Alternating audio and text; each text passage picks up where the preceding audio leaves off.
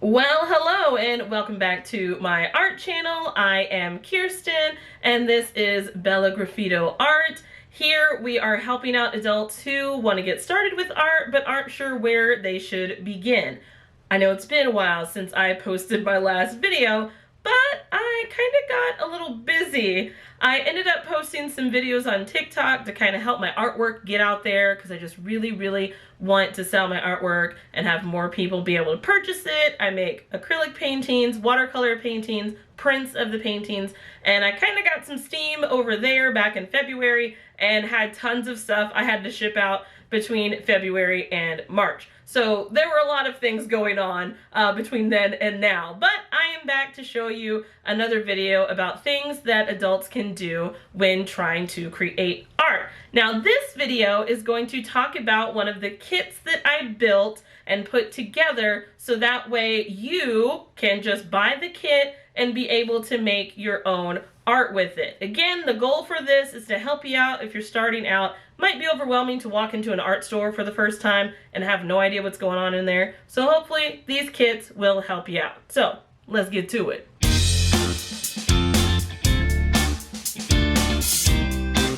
So let's go ahead and dive in and see everything that comes in the watercolor class in a bag. The goal of this was to help people who are super excited about starting with watercolor, but are super confused about where to start, especially when you go into the art store and you have no idea what some of these supplies are.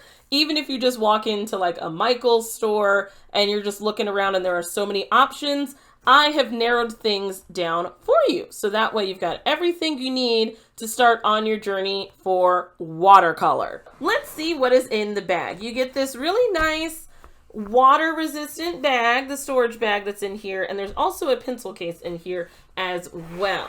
So I do list everything that comes in the bag on the front, and I'm gonna start pulling things out and kind of show you what is what. So I've got this bag of washi tape. So this tape is great because it not only will hold your watercolor paper in place, but it peels off real nice so it doesn't tear your paper whenever you're finished with a watercolor painting. Now there is a little card in here about how to enjoy your kit. We're going to go over that in a second. It is two-sided, and I'll go over some more of the things about that.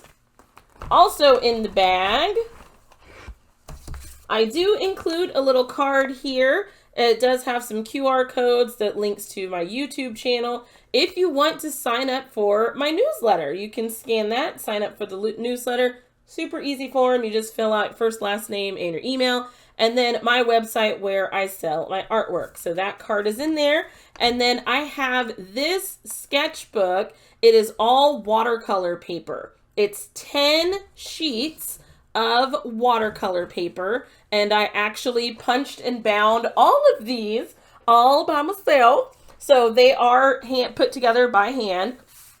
I even made the little sleeves that go on here. So it's a nice sketchbook because it will lay flat.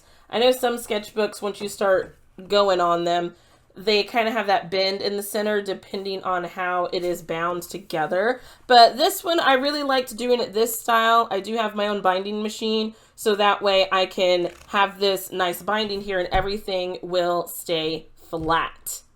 I also include this lovely package of practice paper.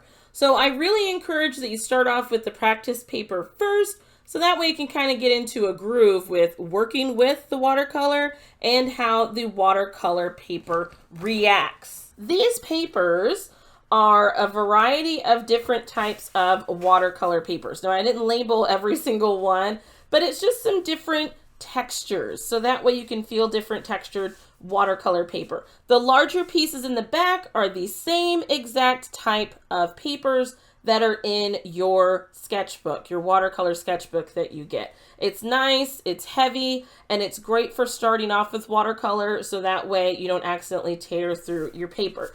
There is a watercolor postcard in here. I thought it was cute because if you wanted to design your own watercolor image here and mail it to a friend, you could. Now, the only thing with this card is if you do want to mail it out, you'll have to make sure you spray some sort of clear coat on top of the card to protect the watercolor, because once watercolor dries, if it gets wet again, it will reactivate the watercolor. So you don't want your postcard to get ruined going through the mail. So just a nice little clear coat to seal this will be perfect, and then you can mail it out to someone. And then these other ones that are in here, some are smooth textured, some have a bit more of texture. So usually when you have a super smooth paper, that is a hot press watercolor paper. So keep that in mind when you go into a store later on. If you really like the smooth watercolor and you're trying to look for it, you can ask them, I would really like some of the hot press watercolor paper.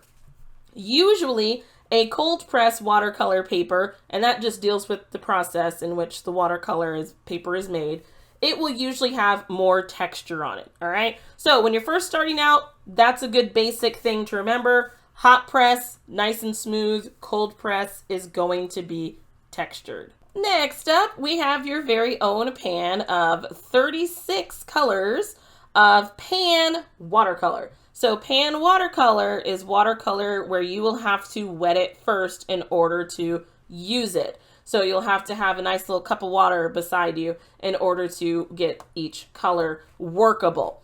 So it does come with its own paintbrush. I usually don't like this paintbrush that comes with it, so I'll have my own brushes. And yes, you do get your own different brushes in this kit, not just that brush. Now this watercolor I love. This is a watercolor that I use in my own work on my own website. I usually use 2 to 3 different types of watercolor, but I really do love these because the pigment is nice and bold. So you'll carefully pop this open, and I do like that it has a really good seal on it, so that way you don't have to worry about, too much air getting in there. I also like to take the lid off when I'm working with it. If this happens, don't freak out. It is kind of nice to just have it out of the way whenever you are painting. Sometimes I might use this as like a palette, so I might have some color on my brush and I might have a little water in here if I want to super water down a color. So you can keep this off, and yes, it does just pop back on here, so don't worry that you've broken anything. You haven't. It will easily pop back on. Now these colors, they do look very matte. They're not going to be super shiny. So when they dry on your paper, they're not going to be shiny. You would get more of an effect with that if you were using an acrylic paint. You would have more of a sheen to your paint. So with the watercolor, it's going to be a matte finish. But this does have a really nice variety of colors for you to use, and it's perfect for someone who is just now starting out. You've got all your ranges of colors here, and you don't feel like you have to buy anything else to go with it. Last but not least, you have this fabulous pencil bag here that's got all sorts of other goodies inside that you will be able to use. So when I was making these kits, I wanted to make sure you got a real nice variety of tools to use for watercolor, and I'm going to let you know what all of these are, because I know right now it's in a jumble, and if you're new to watercolor, you might not know what the heck is going on here. It seems super simple, but yes, you do have two number 2 pencils. These are just regular pre-sharpened pencils for you. This is if you have maybe a little sketch you want to draw on the paper, and then you want to later go back in and paint within that sketch. So I've included those 2 pencils. I also have a Sharpie Superfine Point permanent marker. This is for if you want to try to maybe draw with permanent marker and then paint inside, because the Sharpie will not bleed into the paint, so that's really nice. Also, you can do things where you've painted with watercolor already, you've let it dry, and then you want to draw on top of it. That will work as well. So these, super simple but very handy in your kit. Next up, we have a set of 5 brushes. So these are 5 different brushes. We've got 2 different brands here, and these are just to kind of help you get started with watercolor and using different brushes and getting different paint strokes. This one's going to be more of a fine point on here. The brand is Royal and Langnickel. Like I've said before, I used to be an art teacher, and Royal and Langnickel was a really good brand to have for brushes because they really did hold up in the classroom, especially with elementary and middle school level students who are just learning about art. So I really enjoyed this brand. So I have the Royal and Langnickel. I've got 3 of those. You have one that's kind of super fine point, a narrow flat brush, and then a wider flat brush. So this is good for doing like larger washes of color. Maybe you're trying to paint in like a beach or something, a sky. This is really good for that. I also have a round brush here, a larger round brush, and then a smaller round brush. I highly suggest that when you get the kit to immediately just start making different strokes with these paintbrushes, so that way you can understand what the mark making looks like for each brush. Also, when you do get the brushes, some of them are going to have a pretty stiff section here for the bristles. That's just how they're manufactured. There's like a little starch in there to make sure the bristles are not messed up in shipping or in transit. All you have to do is rinse these thoroughly in some water and they will be 100% fine. So that's going to be the first thing you do. As soon as you get the brushes, rinse in just some cold water, and then they will be ready for you to use. When it comes to these round brushes, give them a good rinse and then try to gently form the bristles back together, and always try to store your brushes standing straight up. I've got tons of brushes in my own studio, and I make sure those are always brush side facing up. Next up, we have a set of 12 colors of watercolor pencils. Not a lot of people will usually go for the watercolor pencils when they're first starting out, but they are a really fun thing to be able to use. Not only can you draw with them and then run water on top and watch the color kind of bleed out, but you can have an already wet surface and then kind of shade the color on top of it. I got the Crayola ones because, again, I used to be a teacher. Crayola ended up being one of those brands that always would hold up pretty well. I loved using these for my students, so they're going to be perfect for you if you are starting out. And the last thing we have here is a set of 5 watercolor brush pens. These can get addictive. I really love working with watercolor markers. Super, super fun. They have a really nice flexible brush tip, and there's some really nice color in there. So it actually feels like you are working with a paintbrush when you're working with these. Now, similar to the watercolor pencils, you can use these if you already have a surface that's wet and you can kind of draw into it, or you maybe draw a line and you want to fade that line out and add water right next to it to make it fade. So I strongly encourage you, just play with the tools that you have when you get them. That's how you learn how you can use them.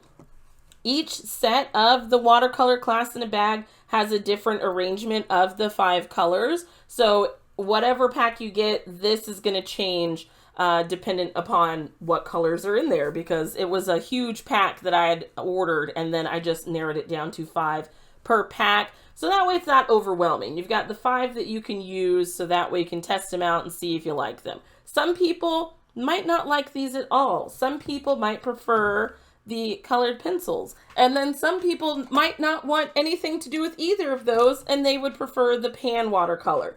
So you have 3 different types of watercolor to use in your kit. So I did not include the tube watercolor. Some people, I noticed whenever I was teaching adult art classes, would get a little apprehensive about the tube watercolor because sometimes it's hard to control how much comes out of the tube, and you really only need a tiny bit, and then people end up using too much and they're like, how am I supposed to get this back in the tube? You can't get it back in the tube. So it gets to be stressful. All of this, though, is going to be much less stress for the beginner. I want to go back to the card from the beginning. Like I said, this is just a small information sheet to just let you know what you can do with your watercolor kit. So the 3 washi tapes, like I said, super helpful for working on like a table and you're taping down your watercolor paper. That's because watercolor paper will curl once you start painting on it and once it gets wet. So you want to kind of keep it in place. There are lots of ways to prep your watercolor paper before you get started with painting on it, but I don't want to overwhelm you in this video. This is going to be mostly just about the watercolor class in the bag, but I will have later videos that can show you what you can do with everything that's in this bag. For this kit, it just lets you know that you can use the washi tape for attaching, and then if you want to do color blending, you can dampen your paper before you paint, so that way you can get colors to blend together. Always make sure you wet your brush so you can activate the paint. Now, about activating the paint, I don't have this included in the kit, but it is something that I do in my own studio. Now, I know this bottle looks a hot mess. That's because I use it often. This is just plain water in a spray bottle. One of the things that I like to do whenever I'm painting in my studio, and I know I'm going to be using a lot of colors, is I will take the spray bottle and I will spritz my pan of watercolor. And that will already kind of help the watercolor get activated. I still need to wet my brush, but it just kind of helps things get started. The next thing we have on here is remembering that water is your friend. After all, it is called watercolor. So make sure you do have some sort of cup of water next to you. And please do not make the age-old mistake that every artist does, where you have a drink sitting next to you and it's right by your water cup and you accidentally dunk your brush into the drink that you had next to you. Now, whenever you are rinsing out your brushes, something that might happen is it might look like your bristles are getting stained from the watercolor. That is just something that happens depending on how deep the pigment is in some of the colors. But as long as you rinse and the color of the water is clear, then you're good to go. Whenever you are wanting to remove your painting, once you're done painting and you've got the washi tape on it, make sure it dries thoroughly. And one of the things I like to do whenever I'm removing paint from a surface, and I'm just going to use some of this blue painter's tape to give you an example. Anytime I'm peeling off tape from any surface, so let's say this is the edge of my watercolor painting, it says on here that you're going to want to pull the tape gently and at an angle. So what that means is I'm going to pull the tape like this. Whenever you're pulling the tape up like this, it's going to give the paper more of an opportunity to stick and oftentimes end up tearing. But if you slowly pull at an angle, it helps to lift the tape off so that way you don't have any tearing. Some people like to take the sticky side of the tape and stick it to their jeans that they're wearing to get a little fuzz on there and then lay it on. I actually hate doing that. I don't actually do that. Sometimes there'll be little fuzzies out on the edge and it drives me crazy. But I found that as long as I am slowly removing the tape at an angle like this, I usually don't have a problem with it tearing. Usually the only time I have an issue with it tearing is when I get way too impatient and I start peeling things too fast. So just go slow and at an angle. Again, remember to always rinse out your brushes when you're done, and it is good to help try to reshape the hairs a little bit in order to help it out. With the paintings, remember earlier I was saying if you wanted to use that postcard, you needed to put some sort of clear coat on it to protect the painting. So you can use something that's called fixative. I know Krylon has a clear matte coat you can use, but if you're not painting a ton, you might not want to buy an entire can of that. Something that I know a lot of art teachers used was good old Aquanet hairspray. So sometimes that hairspray will work perfectly to just seal down the watercolor and protect your painting so you can keep it for years to come. Now, on the back of this paper for how to enjoy your kit, I've got a few little ideas for what type of watercolor projects you can make. Now, I will be making a video about these different techniques on here because I know for some people you're a visual learner and it really helps you to actually see the process on there. But for this particular video, I just wanted to let you know what comes in the kit whenever you get it, so you might be just ready to go as soon as you get the kit and not need any other videos. But I will make other videos on these particular techniques so that way you can see it and know what to expect and how to work through the different watercolor supplies that you have in the kit. So if you would like to have one of these watercolor classes in a bag, they will be available on my website, www.bellagraffito.com, and they will be ready to ship out. I only have 11 of the watercolor classes in a bag. So they're quite a bit to put together, and it's quite a lot of supplies to track down. But this is super helpful if maybe you get super overwhelmed in the store and you just want somebody to pick things out for you and let you know what you need to start with. So this is perfect for that situation. Or maybe you just can't get to an art store, and maybe there's not an art store around you that has that much variety, and you're trying not to go around buying full packs of supplies you might not even want to use again later on. So this will be on my website. Stay tuned because I will have more videos on my channel that will show you some different things you can do with all of these different supplies. And I'll see you next time.